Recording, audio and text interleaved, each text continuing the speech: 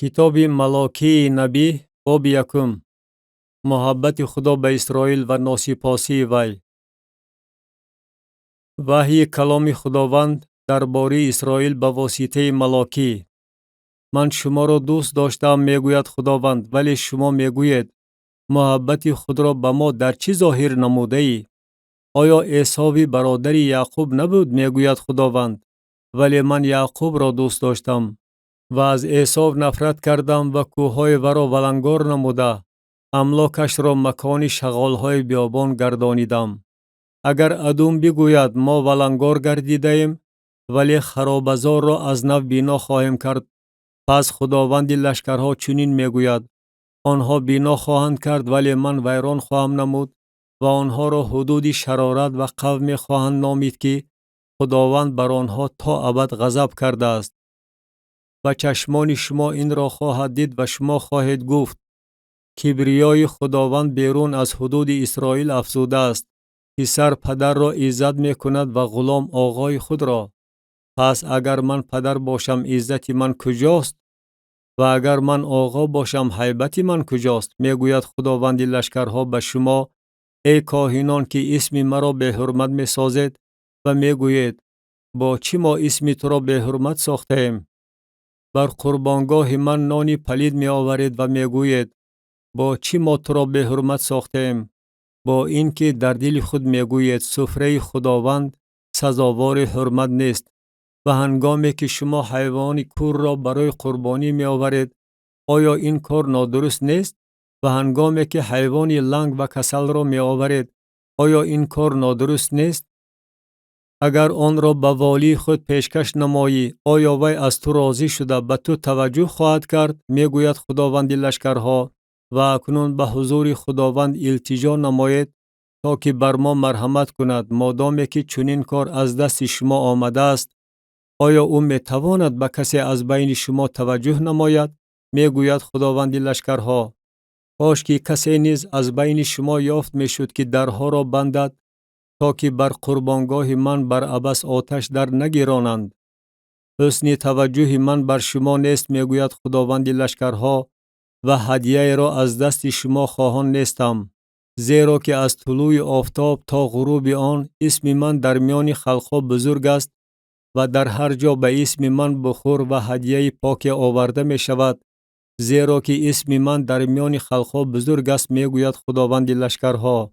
ولیکن شما آن را به حرمت می سازید، با اینکه در دل خود می گوید سفره خداوند پلید است و نعمتش یعنی طعامش سزاوار حرمت نیست، و می گوید این چه زحمت است و به آن به اعتنایی می کنید میگوید خداوند لشکرها. و حیوانی دریده شده و لنگ و کسل را می آورید و این را برای هدیه می آورید. آیا من آن را از دست شما می توانم قبول کنم؟ میگوید خداوند. و ملعون باد فریبگری که قشقار خوب در رمی خود دارد و نظر نموده است، ولی حیوان معیوبی را برای خداوند قربانی می کند. زیرا که من میگوید خداوند لشکرها پادشاه بزرگ هستم و اسم من در میان خلقها سهمگین است. باب دوم. مذمت کردن گناههای کاهنان و تمام قوم. و اکنون برای شما ای کاهنان چنین حکمی است: اگر نشنوید و اگر در دل خود جا نکنید که باید اسم مرا جلال دهید، میگوید خداوند لشکرها، من بر شما لعنت خواهم فرستاد و برکات شما را لعنت خواهم گفت و الکی لعنت گفتم، چون که شما این را در دل خود جا نکرده اید. اینک من از باعث شما زراعت را لعنت خواهم خواند و سرگین را یعنی سرگین عیدهای شما را بر رویهای شما خواهم پاشید و با اخلاق دور کرده خواهید شد. و خواهید دانست که من این حکم را به شما فرستادم تا که عهد من با لیوی قائم باشد، میگوید خداوند لشکرها. عهد من با او عهد حیات و آسایشتگی بود و من آنها را به خاطر ترس او به او دادم و او از من می ترسید و از اسم من لرزان بود. شریعت حقیقت در دهان او بود و ناانصافی بر لبهایش یافت نمی شد. در آسایشتگی و راستی به حضور من رفتار می نمود و کسانی بسیار را از گناه باز داشت. زیرا که لبهای کاهن دانش را محفوظ می دارد. و شریعت را از دهان او می طلبند، زیرا که او الچی خداوند لشکرهاست. ولی شما از راه دور شده کسانی بسیار را در مسئله های شریعت در اشتباه انداختید و عهد لیوی را شکستید، میگوید خداوند لشکرها. بنابراین من نیز شما را پیش تمام قوم متنفر و ذلیل خواهم گردانید، چنان که شما راه های مرا رعایت نکردید و در مسئله های شریعت با روبینی رفتار نمودید.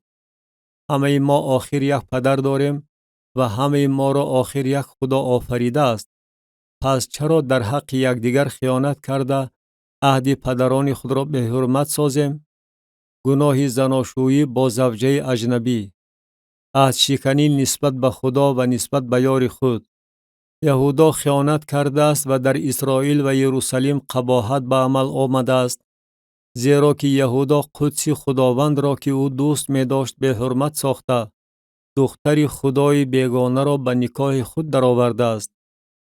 خداوند هر کس را که چنین عمل می نماید، هم کسی را که در پاسگاهش بیدار ایستاده ندا می کند، هم کسی را که به آن ندا جواب می گرداند و هم کسی را که برای خداوند لشکرها هدیه می آورد، از خیمه های یعقوب محو خواهد کرد. و این است عمل دویمی که شما کرده اید.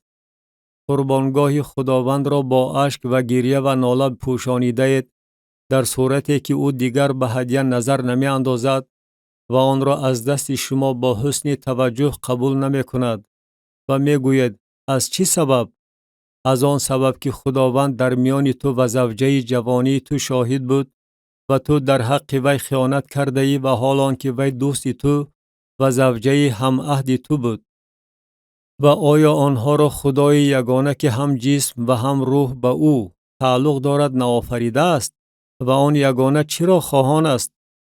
نسل خدا را خواهان است. پس روح خود را نگاهداری نماید و زینهار کسی در حق زوجه جوانی خود خیانت نکند، زیرا که من از طلاق نفرت دارم، میگوید خداوند خدای اسرائیل. و از کسی نیز که ظلم را بر لباس خود می پوشد، میگوید خداوند لشکرها. پس روح خود را نگاهداری نماید و خیانت نکنید. شما خداوند را با سخنان خود زحمت می دهید و می گویید با چی او را زحمت داده ایم؟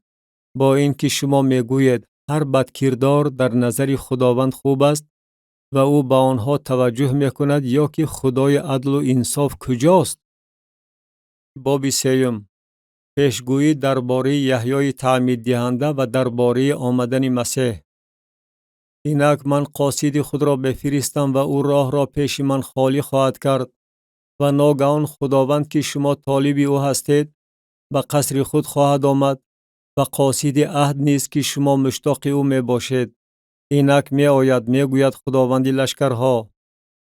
و کیست که بر روز آمدن او تواند تاب آورد؟ و کیست که در وقت ظهور او تواند ایستادگی نماید؟ زیرا که او مثل آتش گدازنده و مثل اشقار شستگران خواهد بود و همچون گدازنده و تازه کننده نقره نشسته بنی لیوی را تازه خواهد کرد و آنها را مثل طلا و نقره گداخته به غش خواهد گردانید، تا که هدیه را برای خداوند از صدق دل پیشکش نمایند. آنگاه هدیه یهودا و یروشلیم به خداوند پسند خواهد آمد، چنان که در ایام قدیم و در سالهای پیشینه بود. و من برای داوری نزد شما خواهم آمد و به ضد جادوگران و زیناکاران و کسانی که قسم دروغ می‌خورند و به ضد آنهایی که مزد مزدور، بیوه و یتیم را نمی‌دهند و نسبت به غریب کجکاری می‌کنند و از من نمی‌ترسند، با زودی شهادت خواهم داد، می‌گوید خداوند لشکرها. زیرا من که خداوند هستم تغییر نیافتم و از این رو شما ای بنی یعقوب نیست و نابود نشده اید. قوم خدا را غارت می‌کنند. شما از ایام پدران خود از فرایض من دور شده آنها را رعایت نکرده اید. سوی من برگردید و من سوی شما خواهم برگشت، میگوید خداوند لشکرها. شما میگویید چگونه برگردیم؟ آیا رواست که آدمیزاد خدا را غارت کند؟ و حالان که شما مرا غارت میکنید و میگویید در چی بابت ما تو را غارت کردیم؟ در بابت عشر و اعانت. شما گرفتار لعنت سخت گردیده اید، چون که شما یعنی تمام خلق مرا غارت کرده اید. تمام عشر را به خزینه خانه بیارید تا که در خانه من خوراک باشد و با این مرا امتحان نمایید. میگوید خداوند لشکرها که آیا من روزنهای آسمان را برای شما نمیکشایم و برکتی از حد زیادی بر شما فرو نمیریزم؟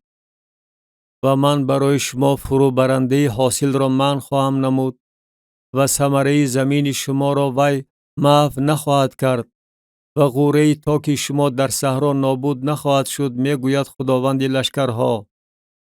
و شما را همه خلقها خوشبخت خواهند خواند، زیرا که شما زمین مطلوب خواهید بود، میگوید خداوند لشکرها. سخنان شما در حق من سخت بود و میگوید در حق تو چی گفتیم؟ شما گفتید عبادت خدا بیفایده است. چی سودی داشت که ما خدمت او را بجا آوردیم و به حضور خداوند لشکرها محزونانه رفتار نمودیم؟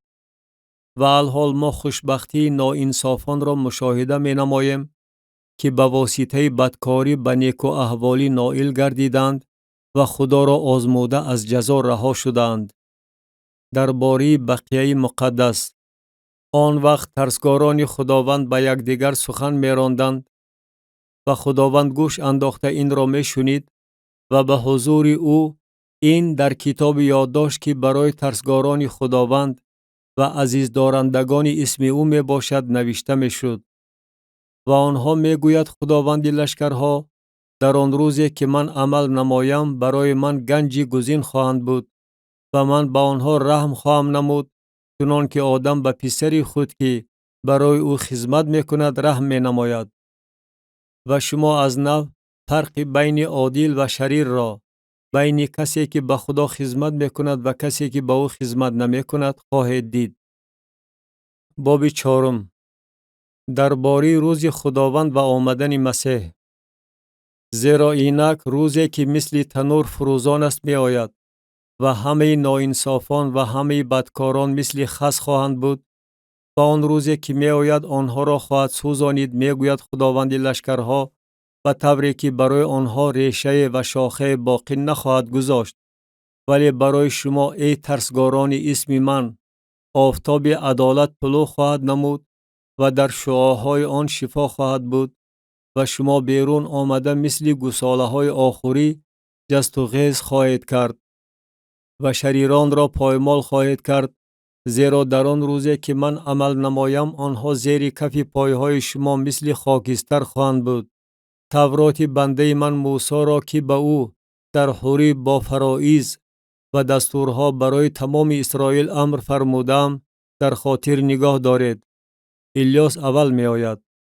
اینک من الیاس نبی را پیش از فرا رسیدن روز بزرگ و سهمگین خداوند نزد شما می فرستم و او دل پدران را سوی پسران و دل پسران را سوی پدران خواهد برگردانید، مبادا بیایم و زمین را به تهلکه گرفتار نمایم.